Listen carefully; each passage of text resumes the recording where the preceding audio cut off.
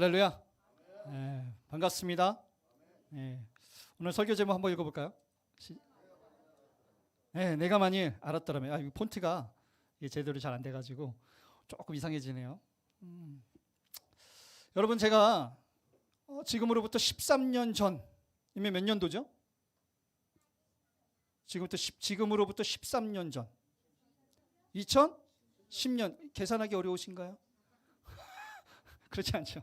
그러니까 13년 전, 2010년도에 제가 여러분들이 저에게 10만 원만 투자하면 제가 수천억, 수조 원을 벌 수 있는 기회가 있다라고 생각하신다면 믿으시겠습니까? 저한테 10만 원만 투자하면 제가 그 10만 원을 한 수조 원으로 만들어 드릴 수 있을 것 같은데 어떻게 좀 믿으시겠어요? 안 믿죠? 사기꾼 같죠, 제가? 근데 실제로 그런 일이 있었어요. 실제로예요. 우리가 만약에 지금의 이 모든 것들의 이 시기를 알았더라면 딱 지금으로부터 13년 전으로 돌아가잖아요. 그러면 10만 원만 투자했어도 그게 지금 가격으로 약 한 4조 원 정도? 여러분, 이런 날이 있어요. 5월 22일. 이게 뭐라고 하냐면 무슨 날이에요? 무슨 피자데이예요? 비트코인 피자데이예요. 이게 이 날이 진짜로. 왜냐하면 2010년도 5월 22일 날 미국에서요. 여러분 비트코인 들어보셨죠? 가상화폐. 제가 지금 또 가상화폐를 하라는 얘기가 아니에요. 그 얘기가 아니고 실제로 이게 처음 나왔을 때 이거를 이거 어디다 쓰는 거야? 그래서 사람들이 호기심으로 좀 샀어요.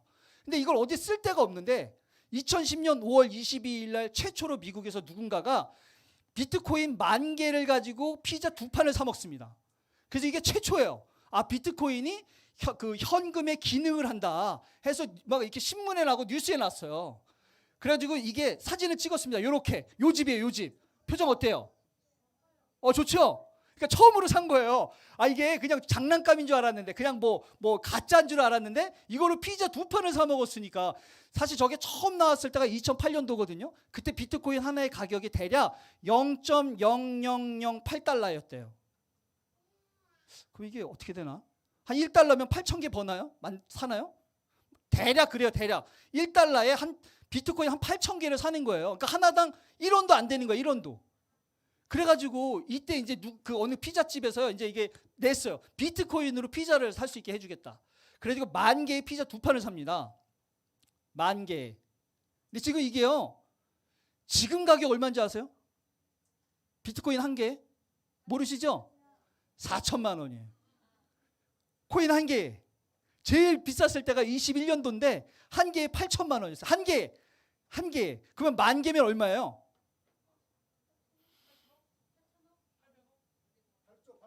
8천억 아닌가요? 8천억?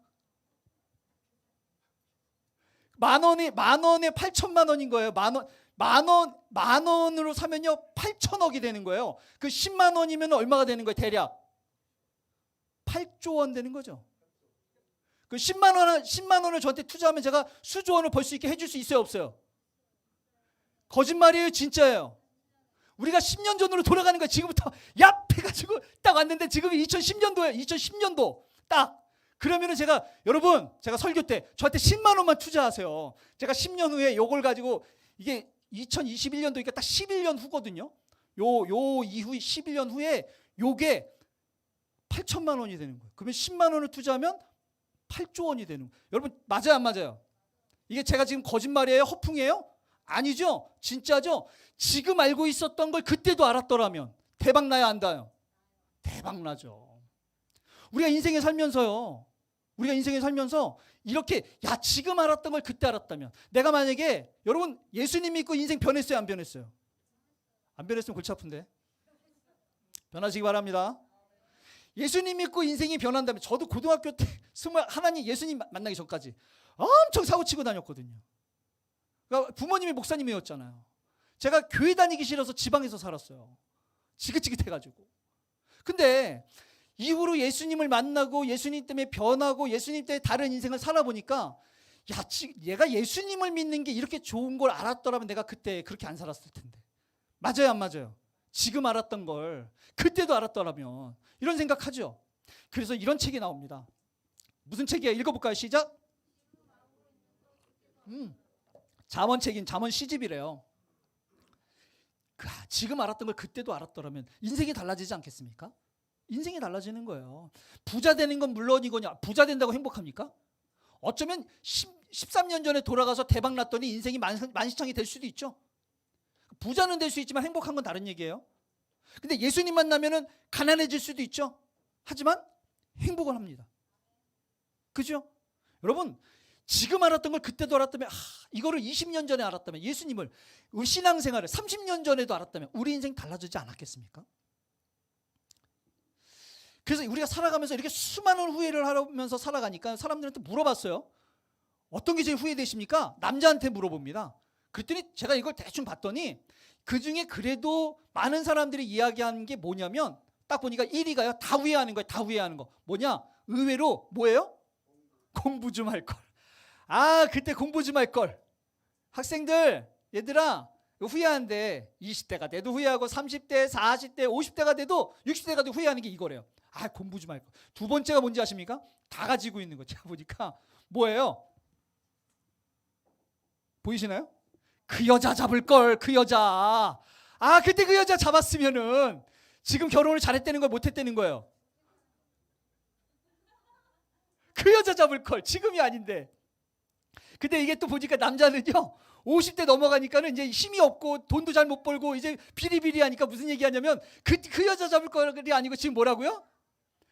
내 와이프한테 잘할 거. 왜? 구박받으니까. 이게 후회하는 거래요. 여자들한테 물어봅니다. 여자들한테도 똑같이 30대부터 물어봤어요. 그랬더니 제일 후회하는 게 뭐냐? 딱 보니까 제일 후회하는 거 뭐예요? 공부 좀 할 걸. 남자고 여자고 그냥 그때 공부 좀 더 할 걸. 예찬아, 그때 공부 좀 할 걸. 그때 좀 더 할 걸. 요거였어요. 근데 두 번째가 뭐냐? 다 후회하는 거예요. 다 후회하는 거. 보니까 여자도 보니까 뭐예요? 이 남자랑 결혼하지 말 걸. 보니까 30대도 다 결혼 잘못했어. 이 사람이랑 결혼하지 말 걸. 그렇다고 바꾸시면 안 돼요. 이제 끝났어. 이제는 운명이다 생각하고 하나님의 계획이다 생각하고 열심히 살아야 돼요. 근데 어쨌든 시간이 지나 보니까 계속 후회하면서 살아간다는 거예요.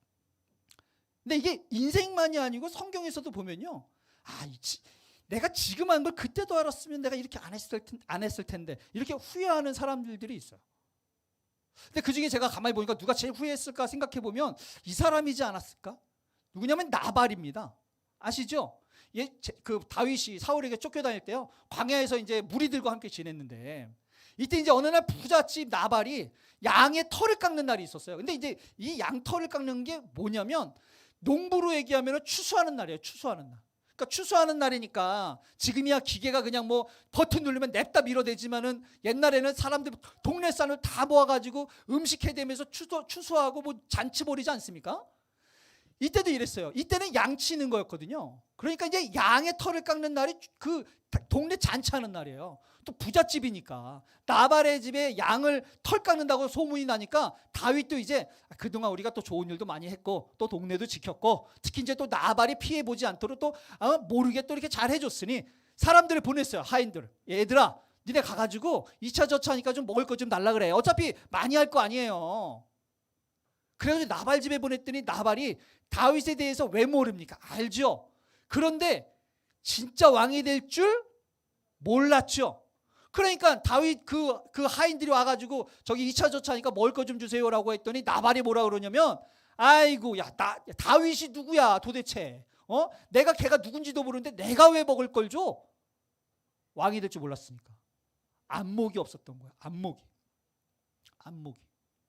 그래가지고 쫓아냈더니 다윗이 노발대발하지 않습니까? 결국에는요, 다윗이 죽이려고 했지만 다윗이 죽이진 않고 하나님이 쳐서 죽었어요. 그때 또 안목이 좋은 아내가 있었어요. 나발의 아내 누구죠? 아비가일이죠. 아비가일은 또 안목이 좋았어요. 다윗이 왕이 된다는 소문이 이미 다 났습니다. 그래서 지금 사울에게 쫓겨다니면서 저렇게 지금 있는 걸 다 알고 있었어요. 근데 아비가일은요, 딱 보니까 알겠는 거예요. 왕감이라는 걸. 그런 말 있지 않습니까? 내가 왕이 될 상인가. 딱 보니까 왕이 될 상인 거예요. 그러니까 지금 얘기를 들었거든요. 여주인님, 지금 난리가 났어요. 다윗이 지금 이게 몰고 달라고 하는데 주인님이 그냥 비난하고 조롱하면서 내쫓았다고 하니까 아비가일이 깜짝 놀란 거야. 그래가지고 막 달려가가지고 먹을 거 싸들고 가서 다윗한테 가서 얘기하지 않습니까? 미안하다고 죄송하다고 얘기하면서 하는 게, 아니 앞으로 왕이 되실 분인데 왕이 되실 분인데 지금 여기서 실수하고 나중에 사람들한테 원망 들은 일 하면 왕 된 다음에 무슨 그게 흠입니까? 그러지 마세요. 마음 풀으라고요. 엄청 많은 것들 갖다 줬거든요. 결국 아비가일이 다윗이 왕이 될 걸 딱 안 다음에 그렇게 대접하니까 나중에 어떻게 돼요? 나발의 아내에서요 다윗의 아내로 바뀝니다. 그죠? 안목이 참 중요한 것 같아요. 안목이. 그래서 안목이 시대를 보는 안목, 사람을 보는 안목, 기회를 보는 안목. 여러분, 안목이 중요합니다. 그래서 예전에 그런 거 있었잖아요. 히딩크 감독이 그 박지성을 딱 데리고 왔을 때요, 국민이 난리가 났었어요. 아니 저런 듣도 보도 못한 저런 사람들을 무슨 국가대표로 세우냐고. 그래서 가만히 보니까 안목은요, 어떤 사람들은 가능성을 보고도 그 사람들의 스타성을 보고요, 어떤 사람들은 실력을 보니까 스타 같은 거예요. 또 어떤 사람들은요, 실력을 인정됐는데도 의심의 눈초리를 보면서 실수할 거야, 아니 지금 장 반짝 그럴 거야, 이러고 본다니까요. 이게 안목이죠. 이게 없으면 후회하게 되는 겁니다. 그리고 후회하는 인생을 살아가는 거예요. 우리도 가만히 보면 이렇게 후회하면서 살아가는 일들이 참 많은 것 같아요. 오늘 본문을 보면서요, 더 이상 우리가 인생적으로도 후회 안 했으면 좋겠지만, 특별히 우린 그리스도인이니까 신앙적으로 하나님 앞에 우리의 삶이 후회되지 않았으면 좋겠어요. 오늘 본문을 보면서 그래, 하나님께서 주신 것, 하나님께서 주시는 선물들, 하나님께서 주신 기회들, 하나님께서 주신 귀한 인생들, 이런 것들을 더 이상 후회하지 않는 오늘 본문을 통해 그런 귀한 축복이 있기를 소망합니다. 오늘 본문을 좀 보면요, 주인공이 누구냐면 누구예요? 네, 수가성 여인이에요. 수가성 여인. 예수님이 이 당시에 성경에 보면 유다에서 저 갈릴리로 간다 그랬거든요. 근데 이제 이게 우리가 지도를 잘 모르니까 뭐 그게 어디로 가는 거야 이렇게 생각하겠지만, 지금 우리나라 지도로 생각하면 서울에서 부산을 가는 거예요. 근데 그 가운데 대전 쪽에 뭐가 있냐면 바로 사마리아가 있어요. 이게 나눠져 있어요. 예루살렘 쪽하고 그다음에 우리가 알고 있는 갈릴리하고 이게 남북으로 나눠져 있어요. 그러면 중부가 어디냐면 수가성, 그 사마리아예요. 사마리아. 그리고 사마리아 옆에 수가성이 있는 거예요. 이게 지도거든요. 우리가 잘 모르면 그냥 뭐 예수님이 지나가다가 수가성 여인을 만났겠지 이렇게 생각할 수 있어요. 근데 지도로 보면 그렇지 않습니다. 여기 지도 보이시죠? 저게 지금 가운데 길이 저 예루살렘에서 저 갈릴리로 가는 길이거든요. 지금으로 얘기하면 중부고속도로, 이렇게 경부고속도로, 이런 얘기죠. 경부고속도로. 그죠? 여기서부터 부산까지 가는 길이에요. 근데 문제가 뭐냐면 실제로 저 지역에 가운데가 사마리아이다 보니까 사마리아인과 유대인이 친했어요, 안 친했어요? 친했어요? 그 외에 뭐 선한 사마리아인 뭐 이런 얘기도 하잖아요. 뿐만 아니라 그 포로 귀환 때 그 당시에 수르바벨과 막 사람들이 성전을 짓는데 사람들이 방해했어요. 사마리아인이 같이 짓자고 하니까 니네가 무슨 여기다가 어디다 손을 대냐고 막 뭐라 그래가지고 사마리아인들이 결국에는 그 방해해가지고 성전이 재건하는 게 막 멈추고 막 이랬잖아요. 그죠? 그러니까 안 친했어요. 그러니까 이게 약간 그 복장도 좀 다르고 뭔가 스타일이 다르니까 여기 사마리아인 쪽으로 지나가면, 경부고속도로를 이렇게 지나가면요, 사마리아인들이 막 해코지했어요. 그러니까 옛날에 뭐 경상도, 전라도 사람들 이렇게 뭐 서로 지역 감정이 있듯이 이때도 이런 거예요. 그러니까 당시에 뭐 절기만 되면은 뭐 6월절이니 뭐 이런 거 있잖아요. 절기만 되면은 저 갈릴리에 있는 사람들이 예루살렘으로 예배 드리러 왔거든요. 1년에 몇 번씩.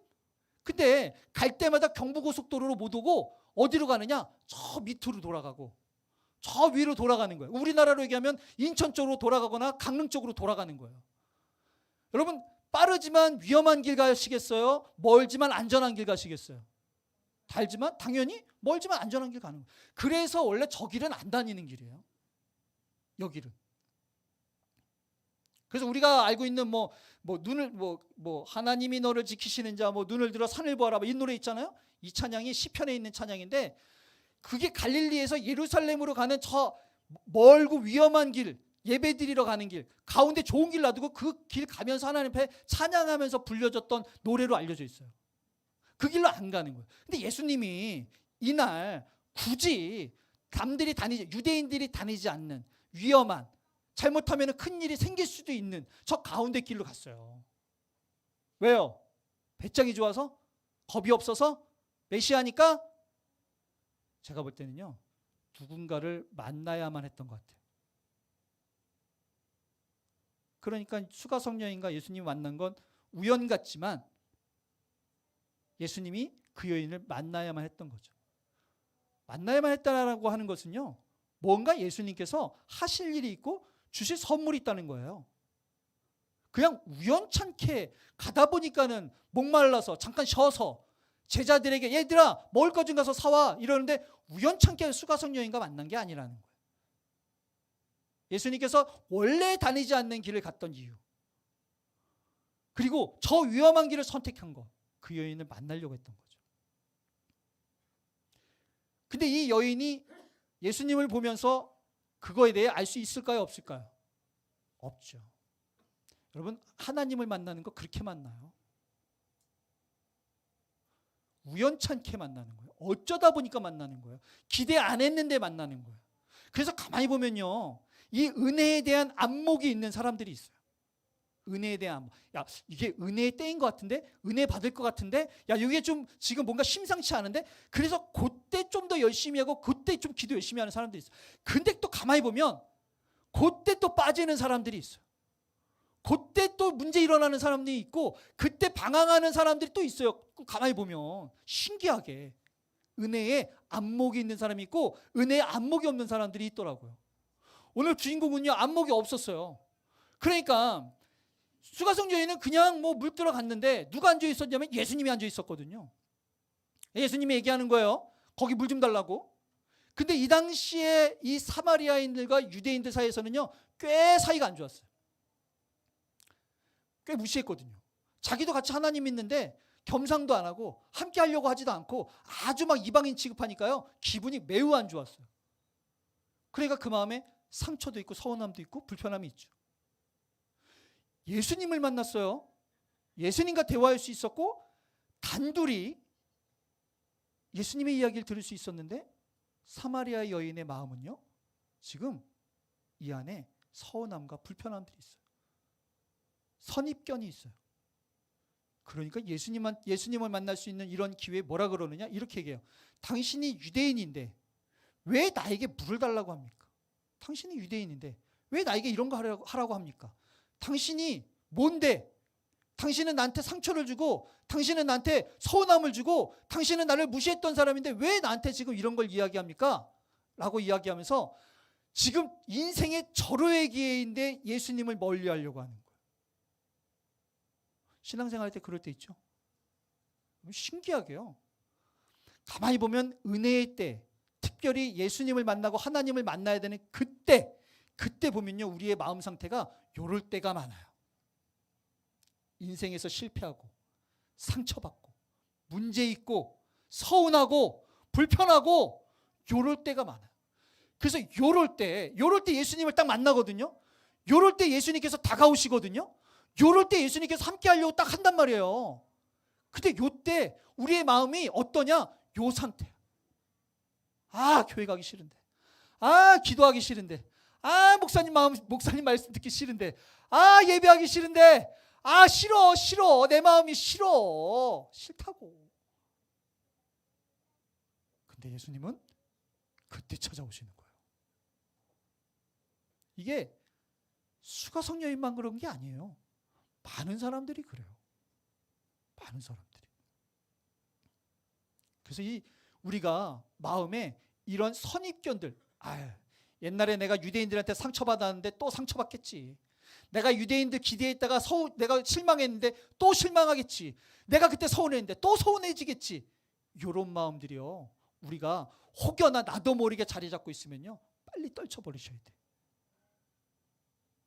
그래서 나도 모르게 자꾸 기대하려고 하는 마음들이 있는데 내가 막 이렇게 눌러. 천수야, 기대하지 마. 내가 막 이렇게 막 뭔가 소망이 막 올라오려고 하는데 막 눌러. 왜냐면 왜 그런 거 있잖아요. 희망 고문 막 이런 얘기 들어보셨어요? 자꾸 실망하고 또 실망하고 또 실망하니까 아우 또 눌러. 왜냐면 이게 기대 안 하면요 실망도 적거든요. 그러니까 우리가 하나님이 아무리 다가와서 얘기하고 하나님이 아무리 마음을 주시고 내 안에 막 올라오려 그러는데 아니야, 아직 아니야, 아직 아니야 이러면서 눌러대는 거예요. 그러니까 기도 5번 할 거 2번 하고, 예배 5번 할 거 1번 하고, 우리가 하나님 앞에 주님 바라볼 거 10번 바라봐야 되는데 2번밖에 안 바라봐요. 왜냐하면 자꾸 바라보고 자꾸 기도하면 내가 막 기대감이 올라갈까 봐. 옛날에 그 서운함과 상처 때문에 누르고 또 누르고 또 누르고 사는 거예요. 근데 예수님이 다행히 이렇게 다가오셨을 때는요 알고 다가오셨어요. 어쩌다가 이렇게 가다가 그 여인을 만났으면 저렇게 까칠하게 했어요. 아니 뭐 너밖에 없냐, 야 나도 먹을 수 있어 이러면서 먹겠지만, 예수님이 이때는요 분명히 의도를 가지고 다가가신 거거든요. 그래서 이 여인이 어떤 상태인지 너무 잘 아셨죠. 뭐 결혼을 몇 번 했고 어떤 다 알았단 말이에요. 그러니까 이렇게 얘기해도 예수님이 꼼짝 해요 안 해요? 안 해요. 알고 있었어요. 너무 감사하지 않습니까? 너무 감사한 것 같아요. 내 상태가 어떤지, 내 마음이 어떤지, 내 아픔이 어떤지 너무 잘 아셔서 다가오신 거예요. 그래서 내가 때로는 거부하고 때로는 내가 피하려고 해도 주님이 안 가셔요. 옆에서 기다리고 있는 거예요. 그 마음이 풀려서 주님을 돌아보기를 기다리시는 거예요. 이렇게 이야기하니까요 예수님이 이렇게 말씀하십니다. 네가 만일 하나님의 선물과 그 물을 달라고 한 사람이 누구인지를 알았더라면, 이렇게 얘기해요. 하나님의 선물과 지금 물을 달라고 하는 이가 누구인지 알았더라면. 여러분, 우리가 예수님과 함께 하면요 많은 사람들이 이런 착각을 하는 경우들이 있어요. 신앙생활 열심히 하면은 마치 우리가 굉장히 손해보는 것 같은 착각을 하는 사람들이 있어요. 왜냐하면 헌금해야 되잖아요. 그죠? 손해 돼야 안 돼요? 안 돼요? 그럼 헌금 더 하셔야 될 것 같은데. 여러분, 우리가 하나님 열심히 믿으면 봉사해야 되잖아요. 우리가 하나님을 열심히 믿으면요 누가 나한테 뭐라고 하고 억울한 일 생겨도 뭐라고 못해요. 아니 내가 권사인데 장로인데 목사인데 어떻게 뭐라 그래. 하나님 열심히 믿으면 생각보다요 힘든 게 되게 많을 것 같고 포기해야 되는 것도 많을 것 같고 손해보는 것도 많을 것 같아요. 그래서 예수님을 믿는다라는 것에 대해서 어떻게 생각하냐면, 예수님을 믿으면 선물 받는 게 아니고 예수님을 믿으면 힘들어진다 이렇게 생각해요. 물론 힘들어는 집니다. 하지만 살아가면서 절대 무엇과도 바꿀 수 없는 선물들이 있어요. 믿으십니까? 여러분, 이게 믿어지기 때문에 우리 여기 앉아 있는 거 아니에요? 이게 믿어지기 때문에 우리가 헌금하고요, 믿어지기 때문에 봉사하고요, 믿어지기 때문에 희생하고, 믿어지기 때문에 더럽고 치사하고 안 입고 와도 참는 거예요. 왜? 뒤에 선물이 있다는 걸 아니까. 근데 이걸 잘 모르면요 선물이 있는지 없는지 모르니까 지금 당장 힘들고 지금 당장 손해보고 지금 당장 문제가 있으니까 요것만 보면서 예수님한테 멀어지고 싶은 거예요. 행여나 가까이 갔다가 멱살이라도 잡히면 큰일 날까 봐 적당하게 거리 유지하면서 밀당하는 거. 밀당 아시죠? 밀당. 예수님 얘기하시는 거예요. 네가 만일 주님께서 주실 선물이 뭔지 안다면, 네가 만일 그것을 주려고 하는 이가 누군 줄 안다면, 알았더라면, 이렇게 얘기해요. 이 알았더라면이라는 원어를 살펴보면요 이렇게 돼 있어요. 알다, 깨닫다, 보다, 이런 얘기예요. 그러니까 딱 뭔 얘기냐면 이건 거예요. 딱 보면 아는 거야. 여러분 무슨 얘기인지 이해되세요? 딱 보면 아는 거예요. 그래서 옛날에 저번에 보니까, 어제 얘기해 보니까 현이민이가 뭐 교회 지휘자분이 니네 음악하는 거 어때? 이렇게 얘기했다고 하더라고. 맞지? 네. 딱 안 거예요. 딱 노래 들어보니까 딱 아는 거예요. 달리기 한번 해보니까 딱 아는 거예요. 이게 안목이에요, 안목. 여러분들 시장 가면 야채 보면, 제가 처음에 그 요리할 때요, 제가 그 야채를 사러 갔더니 직원이 저한테 그러더라고요. 이거 말고 이거 사가세요. 상태가 더 좋은 거라고.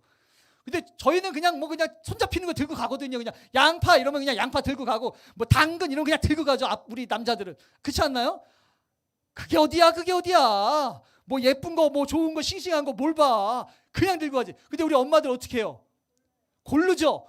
아니, 안에 무슨 보물이 숨겨져 있나? 왜 이렇게 들어 제껴?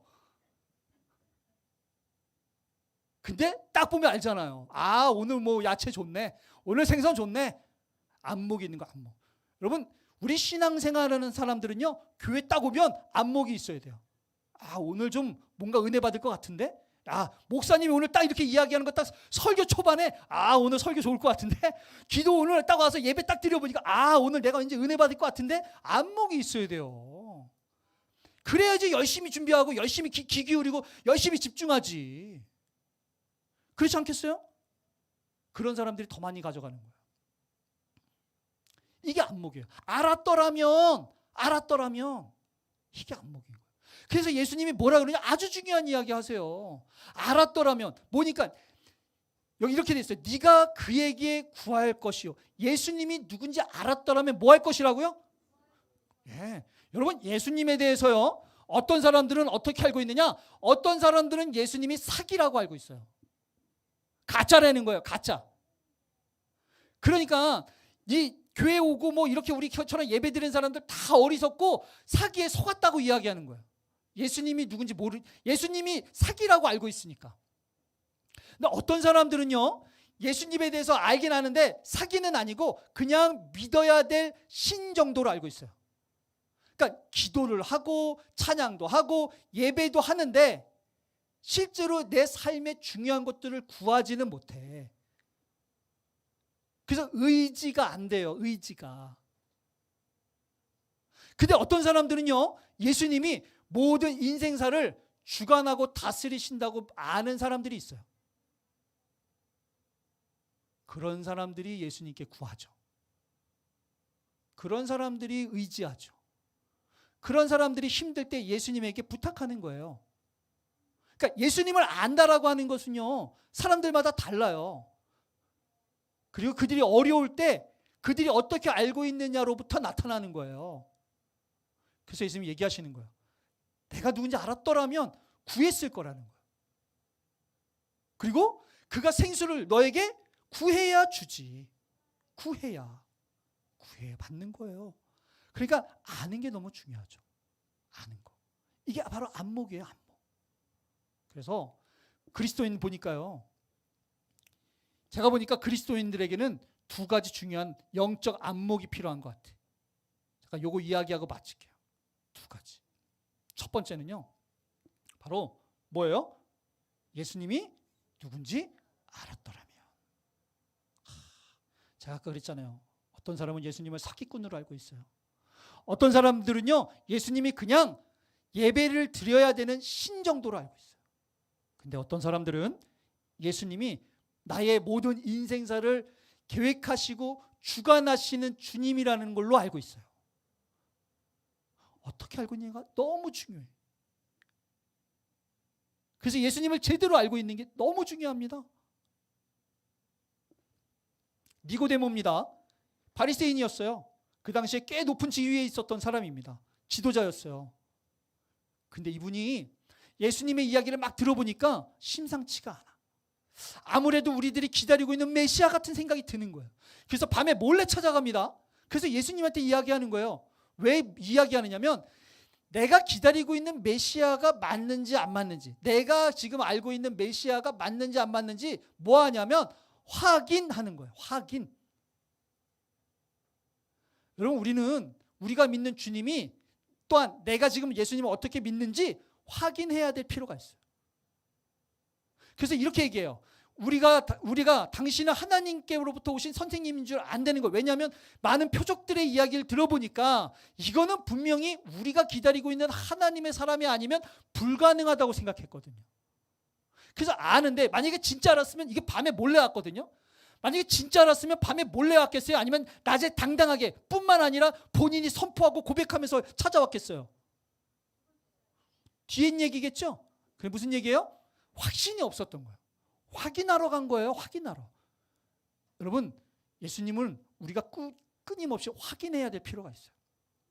예수님 아직 저와 함께 하십니까? 예수님 정말 그런 예수님 맞으십니까? 예수님 정말 내 삶을 인도하고 계십니까? 예수님, 예수님 정말 그런 예수님이세요? 확인해야 될 필요가 있어요. 세례 요한은요, 세례 줄 때 알았어요. 세례 줄 때. 그 신발끈을 묶을 자격도 본인이 없다고 이야기하면서 세례를 정말 그렇게 줬거든요. 근데 본인이 이제 감옥에 나중에 가게 됩니다. 본인이 기대한 게 있었거든요. 근데 감옥에 갔는데도 불구하고 아무 일도 일어나지 않고 되려 지금 뭔가 내 인생에 내가 예수님 세례 줬는데 이제 예수님의 공생애가 시작됐는데 근데 여전히 나는 감옥에 갇혀서 내 삶은 지금 지질이 궁상인 거예요. 아니 더 안 좋아지고 있는 거예요. 그 내가 분명히 이전에는 내가 예수님이 메시아인 걸 알았는데 내가 감옥에 갇히니까는 이 생각이 왔다리 갔다리 하는 거지. 그래서 제자들한테 보내요. 야, 니네들이 가서 다시 한번 확인해봐라. 다시 한번. 우리가 기다리는 그분이 맞는지 다시 한번 확인하라는 거야. 확인해야 돼요. 계속 확인해야 돼요. 힘들 때마다 확인해야 돼요. 나와 함께 하는 거 맞습니까? 여전히 내 삶을 계획하고 있는 거 맞습니까? 여전히 지금 내 삶을 인도하고 계시는 거 주님 맞습니까? 확인해야 돼요. 확인하지 않잖아요? 우리가 비록 여기 앉아서 예배드리지만 예배드리지 않는 이들과 큰 차이가 별로 없어요. 주님과 동행하시는 저와 여러분 되기를 축복합니다. 그래서 만약에 여러분 우리가 예수님이 우리 여기 아파트에 뭐 710호에 살고 있다 이러면 우리가 가서 확인하면 되죠. 그렇잖아요. 니고데모처럼 가가지고 저기요 예수님 자 나와보시죠. 그래가지고 얼굴 딱 보고 뭐 얼굴 본다고 우리가 뭐 딱 보니까 메시아가 될 상인가 우리 이거 모르지만 얼굴 보고 모르지만 얘기하면서 뭐 확인이 되겠죠. 뭐 어떻게든. 근데 지금 우리가 찾아갈 곳이 있어요 없어요? 없어요. 이 예수님이 보이는 거면 뭐 예수님 믿는 거 얼마나 쉽겠습니까? 또 우리가 찾아갈 곳에 가가지고 예수님이 똑똑거려가지고 만나면 얼마나 좋겠어요. 근데 지금 그럴 시대가 아니에요. 그러다 보니까 우리가 예수님 확인하려면 어떻게 확인해야 되느냐? 성경에 보니까요 이렇게 돼 있어요. 읽어볼까요? 시작.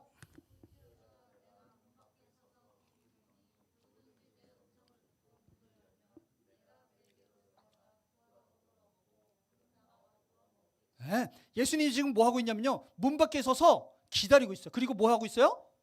똑똑똑 두드리는 거예요. 여러분 예수님은 아주 인격적이신 분이기 때문에 우리가 준비돼서 마음을 열 때까지 기다리십니다. 예수님인지 어떻게 알아요? 라고 사람들이 물어봐요. 아니 예수님인지 어떻게 알아요? 여러분 그거 아세요? 집안에서요 정신없이 놀고 막 정신없는 일을 막 하잖아요. 누가 두드려도 몰라요. 그죠? 초인종 눌러도 몰라요. 근데요 누군가를 밖에 누가 손님이 올 걸 기다리잖아요. 두드리기 전에 발자국 소리만 들어도 알아요. 아우 옆집이었네. 맞아요 안 맞아요? 가끔 우리 아이가요 엄마 기다릴 때가 있거든요. 엄마가 약간 늦을 때가 있어요. 그러면 저 1층에서 발자국 소리만 들어도 엄마 아닌가? 엄마 아닌가? 엄마 아닌가? 그리고 멈춰서서 똑 소리 듣는 순간 엄마인 거 알고 문 열어요. 여러분 주님도 똑같아요. 기다리는 사람들은요 이 마음에 작은 두드림만 있어도 예수님인가 하고 생각하면서 기도해요. 주님은 우리의 마음을 두드립니다. 설교를 드리면서 맞아 이건 나를 위한 말씀이야. 예배를 드리면서 그래 이게 나의 마음이야. 우리가 살면서 그래 지금 주님께서 나를 찾고 있어. 어떠한 감동이나 어떠한 부담감이나 어떠한 죄스러움이나 우리 안에 그런 마음의 어떤 변화들이 일어나면서 그 마음으로 주님께서 두드리시는 거예요. 이걸 기다리는 사람들은요 조금만 움직임이 있어도 조금만 미동이 있어도 조금만 변화가 있어도요 무릎 꿇고 기도하는 거예요. 근데 관심 없는 사람 다른 거에 정신 팔려 있는 사람들은요 문을 망치로 두드려도 몰라요. 그러니 혹시 지금 여러분 마음 가운데 이 두드림이 있다면 그 문을 여시기 바랍니다. 주님 제가 주님을 기다리고 있습니다. 주님 저는 지금 주님이 필요합니다. 주님 저는 지금 주님을 다시 새롭게 알길 원합니다. 이래서 문을 여시기 바랍니다. 그 주님께서 지금 문 밖에 서서 여러분들을 기다리고 있음을 기억하시기 바랍니다.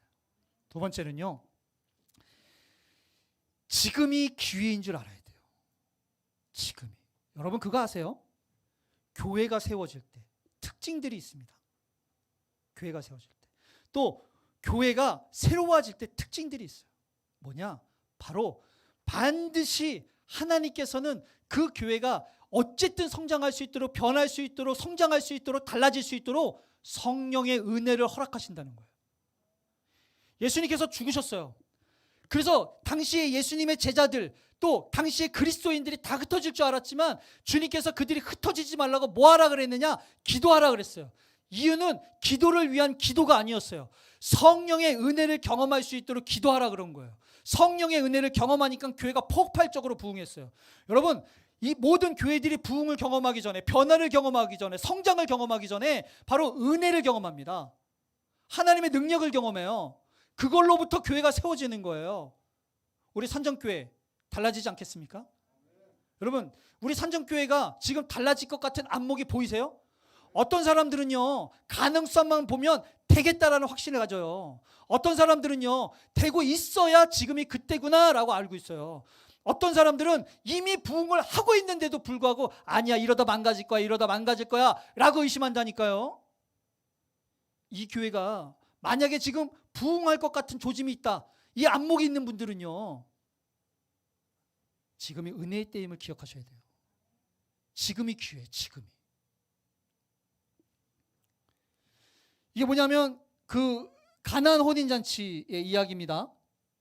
여기에 세 부류의 사람들이 있어요. 많은 사람들이 있지만 세 부류입니다. 예수님 빼고. 어떤 사람들이 있느냐?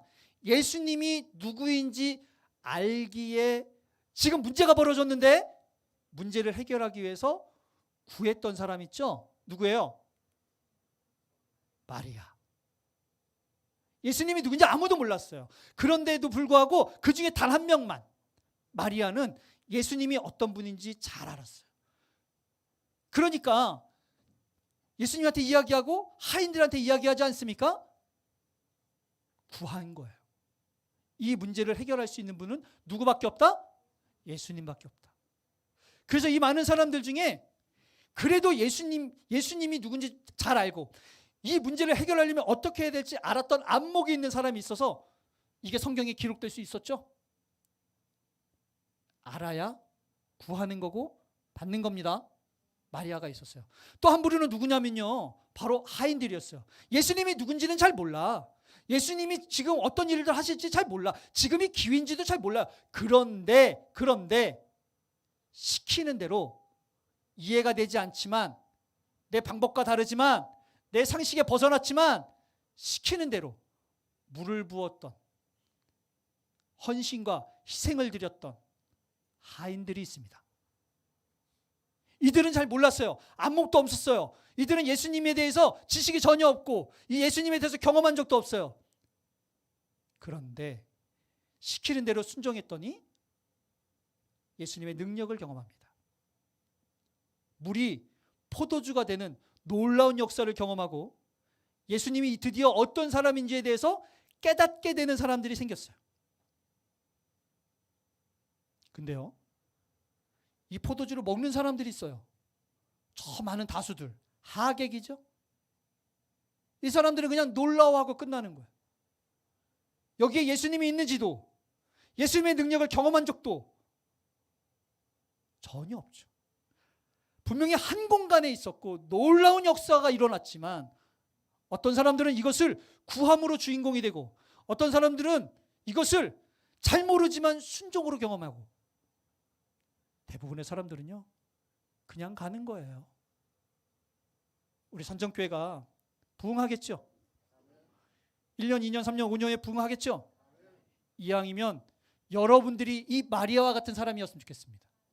그게 어렵다면 적어도 하인 같은 사람들이었으면 좋겠어요. 이 부흥은 그냥 이루어진 게 아니야. 그때 기도해서 그랬지. 그때 누군가가 헌신을 통해서 그랬지. 작은 희생으로, 헌신으로, 희생으로, 노력으로 그것이 주님의 능력을 경험함으로써 이렇게 됐지. 모두가 간증자가 되시기를 축복합니다. 이런 일들을 경험하려면요, 여러분 나비 효과 들어보셨어요? 네. 이게 한 기상학자가 이야기한 거거든요. 지구 저쪽에서 나비가 날개짓했더니 미국의 어디에 태풍이 일어난다는 거예요. 그죠? 나비가 뭐 태풍 일으키려고 날개짓 했겠어요? 그냥 한 거예요. 이렇게 될 줄 몰랐지. 여러분, 하나님의 능력이, 하나님의 역사가 의외로 이렇게 이루어지는 거 아십니까? 하나님의 기회는 이렇게 이루어집니다. 베드로가요, 밤새 그물을 던져가지고 고기 한 마리도 못 잡았어요. 예수님이 오셨습니다. 깊은 곳에 그물을 던지라고. 여러분, 베드로가요, 그물을 이렇게 던질 때, 그래 나는 앞으로 초대교회의 일대 교황이 될 거야, 이런 생각으로 그물 던졌을 것 같으세요? 어떤 마음으로 던졌을까요? 순종하는 믿음으로 그랬을까요? 제 생각에는 그냥 했을 것 같아요. 제가 그랬잖아요. 속눈샘 치고 기억나세요? 속눈샘 치고 이 그물을, 이 한 번의 그물이 어떤, 자기 인생에 어떤 그 영향을 미칠지는 몰라요. 그냥 어제도 그물 던졌고 오늘도 그물 던졌고 아까도 그물 던졌는데 지금 다시 한번 그물 던진 거예요. 이게 나비의 날개짓이 될 줄 몰랐지. 근데 이때 그물 던졌더니 초대교회 교황이 되잖아요. 일대 교황이에요. 일대 교황. 어떻게 알았어요? 이렇게 될 줄. 여러분, 의외로 하나님의 역사가 이렇게 이루어져요. 의외로 하나님의 간증을 들어보면요, 이렇게 시작한다니까요. 대단한 일들로부터 대단한 게 만들어지는 게 아니고요, 소소하고 별것 아닌 일들로부터 대단한 일들이 만들어지는 거예요. 물이 포도주 되듯이. 바울입니다. 여러분, 바울도요, 다메섹에서 예수님 만나고 다메섹에서 복음 전하고 예루살렘에서 복음 전할 때 다 쫓겨났어요. 유대인들한테 도망갔어요. 유대인들한테 쫓겨나가지고요, 고향에 살면서 유대인들에 대한 마음이 어땠을 것 같아요? 좋았겠어요? 안 좋죠. 서운하죠. 실망스럽죠. 그 사람들을 위해서 봉사하고 희생하고 싶은 마음이 들겠어요? 안 들겠어요? 안 들죠. 들면 이상하지. 근데 안디옥 교회가 부흥회에서 난리가 났더니 바나바가 와가지고 우리 안디옥 교회 가가지고 같이 좀 헌신합시다 이랬더니요, 바울이요, 신약 성경에 3분의 1을 썼어요. 대단한 사람이, 어떻게 보면은 지금의 그 전 세계에 기독교가 퍼져나가는데 바울이 지대한 일을 했습니다. 아니, 성경에 3분의 1을 썼는데, 그러면 바울이 저때 안디옥에 자기에게 상처 준 사람, 자기를 쫓아낸 사람, 자기에게 아픔을 줬던 그 사람들한테 갈 때 내가 앞으로 이런 사람이 될 거야 라는 기대감으로 갔겠어요? 아니면은 가기 싫은데, 갈 수 없는데 그냥 억지로 그래 속는셈 치고 뭐 잘 모르니까 일단 한번 가보자, 별 생각 없이 갔겠어요? 그냥 간 거예요. 제 생각에는 바나바가 엄청 꼬셨을 것 같아. 혹시 알아요? 삼고초려에 있을지? 성경에 자세히 나와 있지 않지만, 아니, 그렇게 쫓겨났던 트라우마가 있는 사람들을 데리고 가야 되는데, 그렇게 갔더니 안디옥을 넘어서 갈라디아 지방 1차 전도 여행을, 그 다음에 저 유럽까지 2차 전도 여행을, 그 다음 로마까지, 스페인까지 복음 전하러 가지 않습니까? 대단한 일들로 시작되지 않았어요. 작은 일들로부터, 소소한 일들로부터 시작됐어요.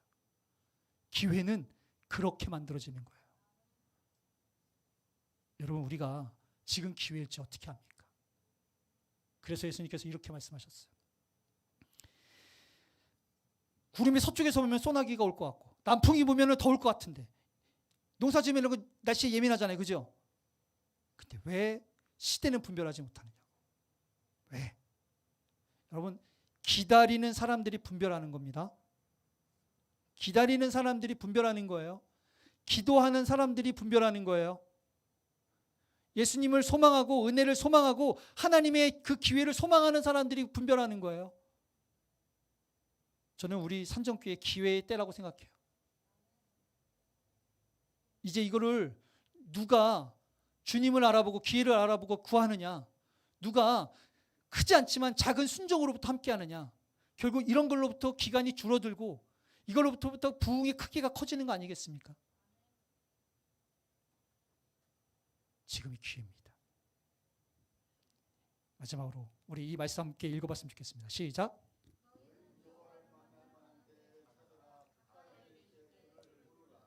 여호와를 만날 만한 때에, 때가 중요합니다. 기도할 만한 때에, 예배할 때에, 하나님의 능력을 경험할 때에, 부흥의 때에 주님을 찾으시는 거예요. 지금은 그때인 줄 믿습니다.